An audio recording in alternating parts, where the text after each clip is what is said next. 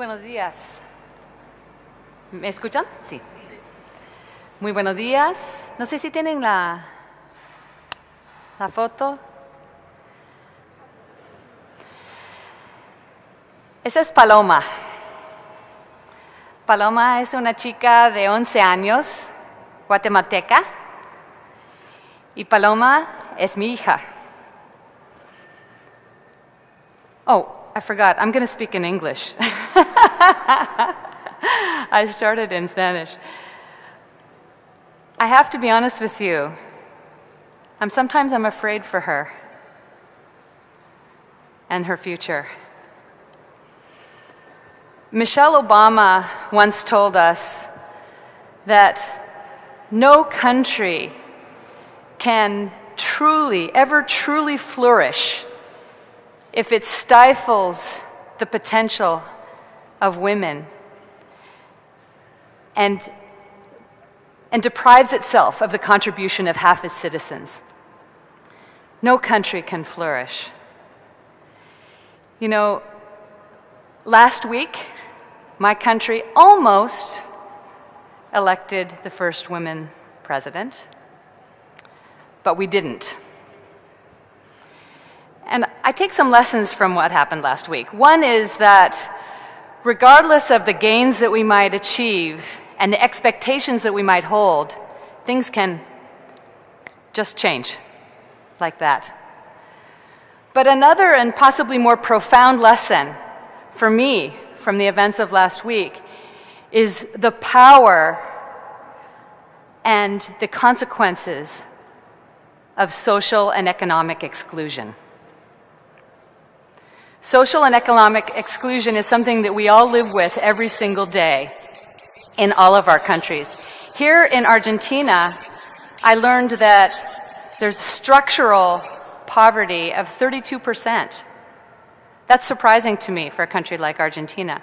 Today, 32% of Argentines are poor, and 15 years ago, 32% of Argentines were poor. So this is structural and absolutely not acceptable. We can't afford to leave our girls behind anymore. We have to do something about social and economic exclusion.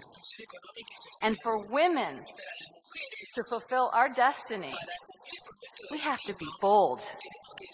We have to be innovative. And we have to pave the way for those that are going to come next.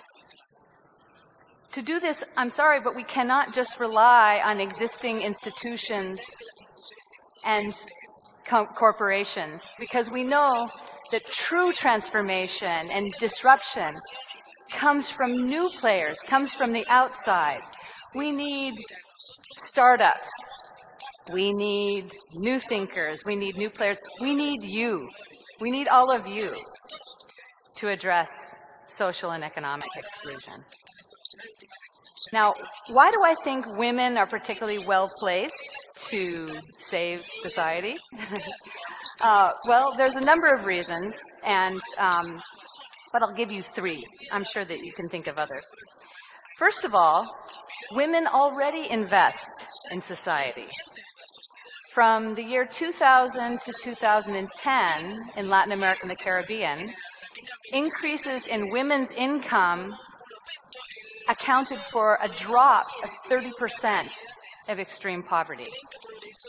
We all know that women are more likely to invest in things like children's education, better food, and things like that. And also, we're more likely to invest in social or environmental enterprises than men.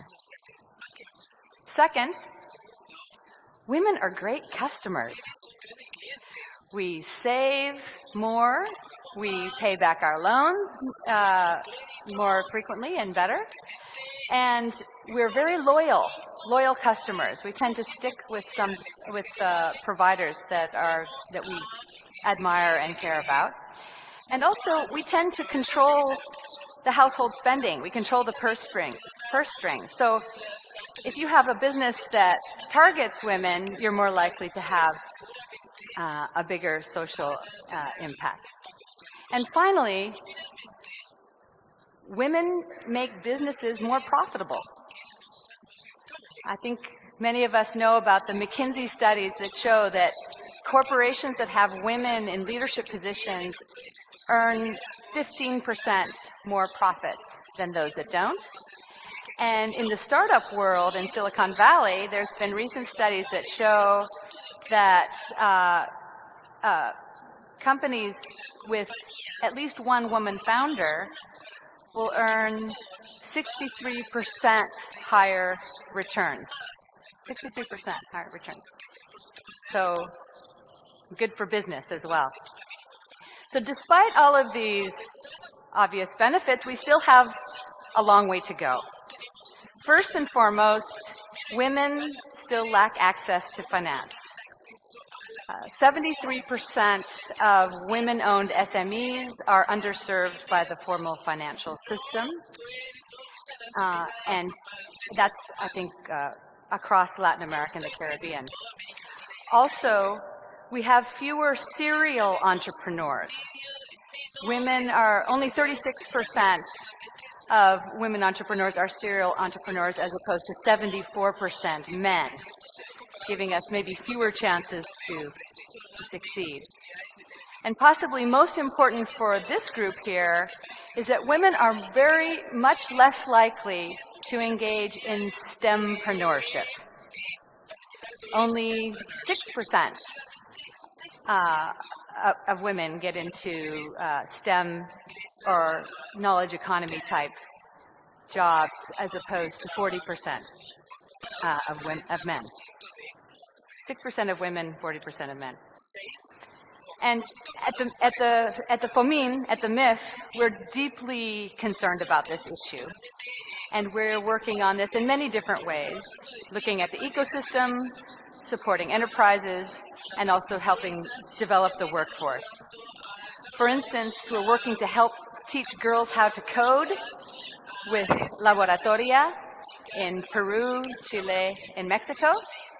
We're working also with banks to help them develop better products and services through the Women Entrepreneurship Banking Program, helping to make mathematics curriculum more inclusive with Jump Up in Chile, and also supporting incredibly effective accelerators and incubators like an XTP Lab, as that we all know very well.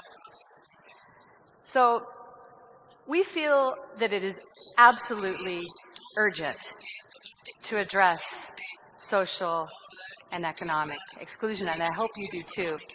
And I'd like to wrap up with a quote from another amazing woman in my life, my mother. So my mother used to tell me, all the time, by the way, she'd say, "Brigit, this life is not a dress rehearsal. This is the performance. You're living it now, and you only get to do it once." So we absolutely must seize the opportunity to ensure that there's a better life, economic and social opportunities for Paloma and all of our daughters and sons into the future. Because if not now, when? And if not us, who? Thank you.